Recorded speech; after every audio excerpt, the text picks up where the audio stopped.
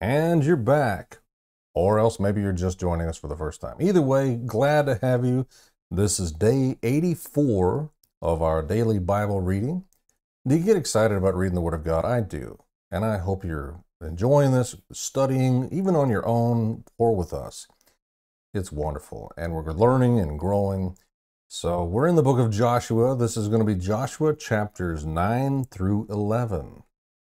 So, deception by Gibeon, chapter 9.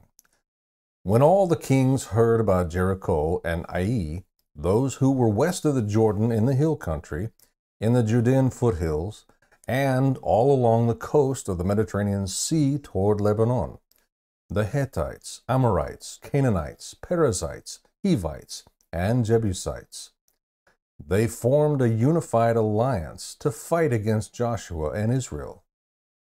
When the inhabitants of Gibeon heard what Joshua had done to Jericho and Ai, they acted deceptively. They gathered provisions and took worn-out sacks on their donkeys and old wineskins, cracked and mended. They wore old patched sandals on their feet and threadbare clothing on their bodies. Their entire provision of bread was dry and crumbly. They went to Joshua in the camp at Gilgal, and said to him and the men of Israel, "We have come from a distant land. Please make a treaty with us." The men of Israel replied to the Hivites, "Perhaps you live among us. How can we make a treaty with you?" They said to Joshua, "We are your servants." Then Joshua asked them, "Who are you, and where do you come from?" They replied to him, "Your servants have come from a faraway land because of the reputation of the Lord your God. For we have heard of his fame and all that he did in Egypt and all that he did to the two Amorite kings beyond the Jordan, King Sihon of Heshbon and King Og of Bashan, who was in Ashtaroth. So our elders and all the inhabitants of our land told us, 'Take provisions with you for the journey. Go and meet them and say, "We are your servants. Please make a treaty with us." This bread of ours was warm when we took it from our houses as food on the day we left to come to you. But see, it is now dry and crumbly. These wineskins were new when we filled them, but see, they are cracked. And these clothes and sandals of ours are worn out from the extremely long journey." Then the men of Israel took some of their provisions, but did not seek the Lord's decision. So Joshua established peace with them and made a treaty to let them live. And the leaders of the community swore an oath to them. Gibeon's deception discovered. 3 days after making the treaty with them, they heard that the Gibeonites were their neighbors, living among them. So the Israelites set out and reached the Gibeonite cities on the 3rd day. Now their cities were Gibeon, Kephirah, Beerot, and Kiriath Yearim. But the Israelites did not attack them, because the leaders of the community had sworn an oath to them by the Lord, the God of Israel. Then the whole community grumbled against the leaders. All the leaders answered them, "We have sworn an oath to them by the Lord, the God of Israel, and now we cannot touch them. This is how we will treat them. We will let them live so that no wrath will fall on us because of the oath we swore to them." They also said, "Let them live." So the Gibeonites became woodcutters and water carriers for the whole community, as the leaders had promised them. Joshua summoned the Gibeonites and said to them, "Why did you deceive us by telling us you live far away from us, when in fact you live among us? Therefore you are cursed and will always be slaves, woodcutters and water carriers for the house of my God." The Gibeonites answered him, "It was clearly communicated to your servants that the Lord your God had commanded his servant Moses to give you all the land and to destroy all the inhabitants of the land before you. We greatly feared for our lives because of you, and that is why we did this. Now we are in your hands. Do to us whatever you think is right." This is what Joshua did to them. He rescued them from the Israelites, and they did not kill them.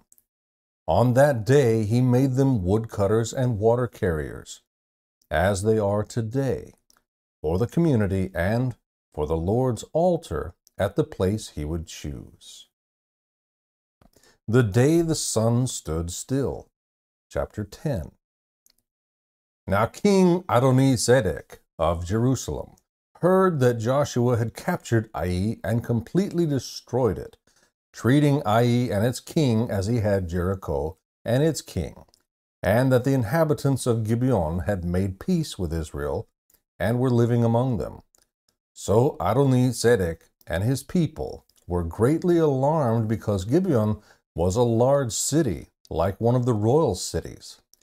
It was larger than Ai, and all its men were warriors. Therefore King Adoni-Zedek of Jerusalem sent word to King Hoham of Hebron, King Piram of Yarmut, King Japhia of Lachish, and King Devir of Eglon, saying, "Come up and help me. We will attack Gibeon, because they have made peace with Joshua and the Israelites." So the 5 Amorite kings, the kings of Jerusalem, Hebron, Yarmut, Lachish, and Eglon, joined forces, advanced with all their armies, besieged Gibeon, and fought against it. Then the men of Gibeon sent word to Joshua in the camp at Gilgal, "Don't give up on your servants. Come quickly and save us. Help us, for all the Amorite kings living in the hill country have joined forces against us." So Joshua and all his troops, including all his best soldiers, came from Gilgal. The Lord said to Joshua, "Do not be afraid of them, for I have handed them over to you.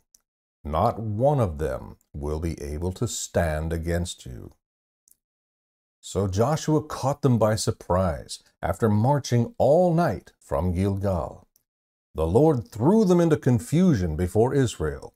He defeated them in a great slaughter at Gibeon, chased them through the ascent of Beth Horon, and struck them down as far as Asekah and Makkedah.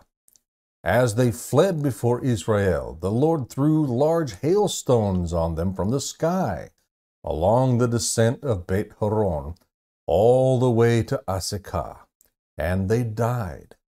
More of them died from the hail than the Israelites killed with the sword. On the day the Lord gave the Amorites over to the Israelites, Joshua spoke to the Lord in the presence of Israel. "Sun, stand still over Gibeon, and moon over the valley of Aiyalon." And the sun stood still, and the moon stopped, until the nation took vengeance on its enemies. Isn't this written in the book of Yashar? So the sun stopped in the middle of the sky, and delayed its setting almost a full day. There has been no day like it before or since, when the Lord listened to a man, because the Lord fought for Israel. Then Joshua and all Israel with him returned to the camp at Gilgal. Execution of the 5 kings. Now the 5 defeated kings had fled and hidden in the cave at Makkedah. It was reported to Joshua, "The 5 kings have been found. They are hiding in the cave at Makkedah."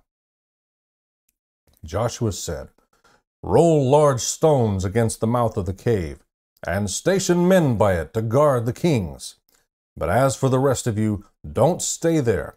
Pursue your enemies and attack them from behind. Don't let them enter their cities, for the Lord your God has handed them over to you."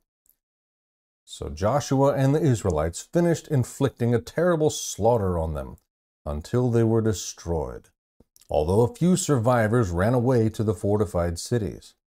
The people returned safely to Joshua in the camp at Makkedah, and no one dared to threaten the Israelites.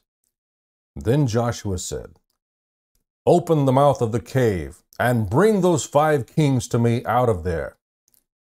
That is what they did. They brought the 5 kings of Jerusalem, Hebron, Yarmut, Lachish, and Eglon to Joshua out of the cave. When they had brought the kings to him, Joshua summoned all the men of Israel and said to the military commanders who had accompanied him, "Come here and put your feet on the necks of these kings." So the commanders came forward and put their feet on their necks. Joshua said to them, "Do not be afraid or discouraged. Be strong and courageous, for the Lord will do this to all the enemies you fight." After this, Joshua struck them down and executed them. He hung their bodies on 5 trees, and they were there until evening. At sunset, Joshua commanded that they be taken down from the trees and thrown into the cave where they had hidden. Then large stones were placed against the mouth of the cave, and the stones are still there today. Conquest of southern cities. On that day, Joshua captured Makkedah and struck it down with the sword, including its king. He completely destroyed it and everyone in it, leaving no survivors. So he treated the king of Makkedah as he had the king of Jericho. Joshua and all Israel with him crossed from Makkedah to Libnah and fought against Libnah. The Lord also handed it and its king over to Israel. He struck it down, putting everyone in it to the sword, and left no survivors in it. He treated Libnah's king as he had the king of Jericho. From Libnah, Joshua and all Israel with him crossed to Lachish. They laid siege to it and attacked it. The Lord handed Lachish over to Israel, and Joshua captured it on the 2nd day. He struck it down, putting everyone in it to the sword, just as he had done to Libnah. At that time, King Joram of Gezer went to help Lachish, but Joshua struck him down along with his people, leaving no survivors. Then Joshua crossed from Lachish to Eglon, and all Israel with him. They laid siege to it and attacked it. On that day, they captured it and struck it down, putting everyone in it to the sword. He completely destroyed it that day, just as he had done to Lachish. Next, Joshua and all Israel with him went up from Eglon to Hebron and attacked it. They captured it and struck down its king, all its villages, and everyone in it with the sword. He left no survivors, just as he had done at Eglon. He completely destroyed Hebron and everyone in it. Finally, Joshua turned toward Debir and attacked it, and all Israel was with him. He captured it, its king and all its villages. They struck them down with the sword and completely destroyed everyone in it, leaving no survivors. He treated Debir and its king as he had treated Hebron, and as he had treated Libnah and its king. So Joshua conquered the whole region, the hill country, the Negev, the Judean foothills, and the slopes, with all their kings, leaving no survivors. He completely destroyed every living being, as the Lord, the God of Israel, had commanded. Joshua conquered everyone from Kadesh Barnea to Gaza and all the land of Goshen as far as Gibeon. Joshua captured all these kings and their land in one campaign, because the Lord, the God of Israel, fought for Israel. Then Joshua returned with all Israel to the camp at Gilgal. Conquest of northern cities, chapter 11.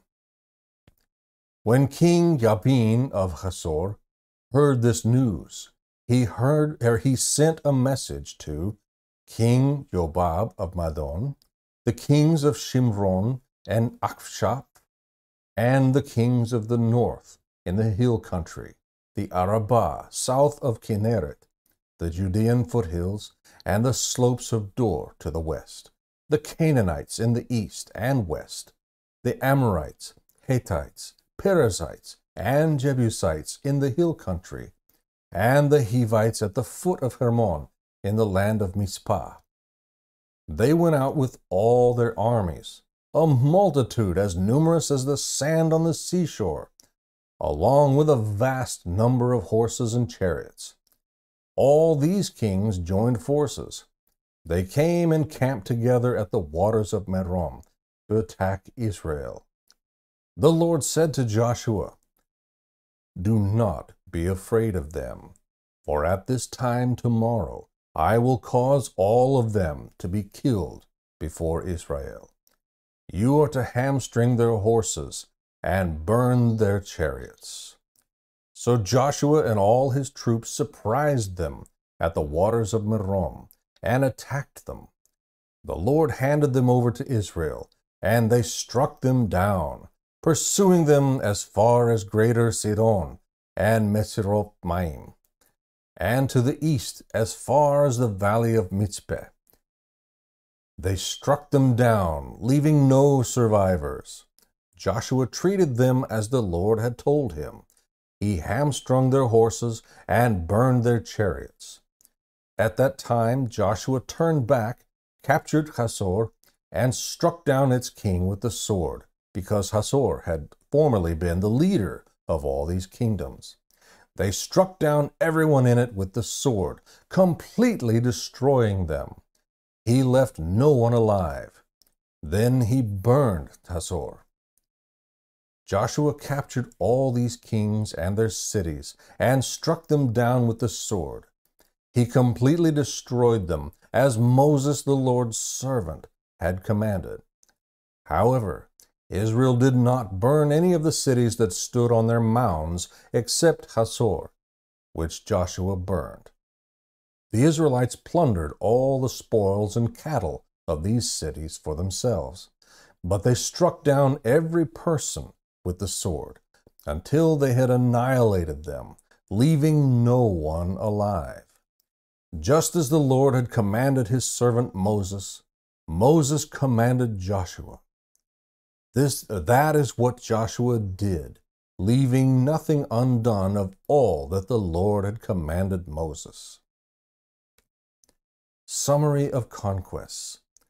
So Joshua took all this land, the hill country, all the Negev, all the land of Goshen, the foothills, the Arabah, and the hill country of Israel, with its foothills, from Mount Halak, which ascends to Seir, as far as Baal-Gad, in the valley of Lebanon, at the foot of Mount Hermon. He captured all their kings and struck them down, putting them to death.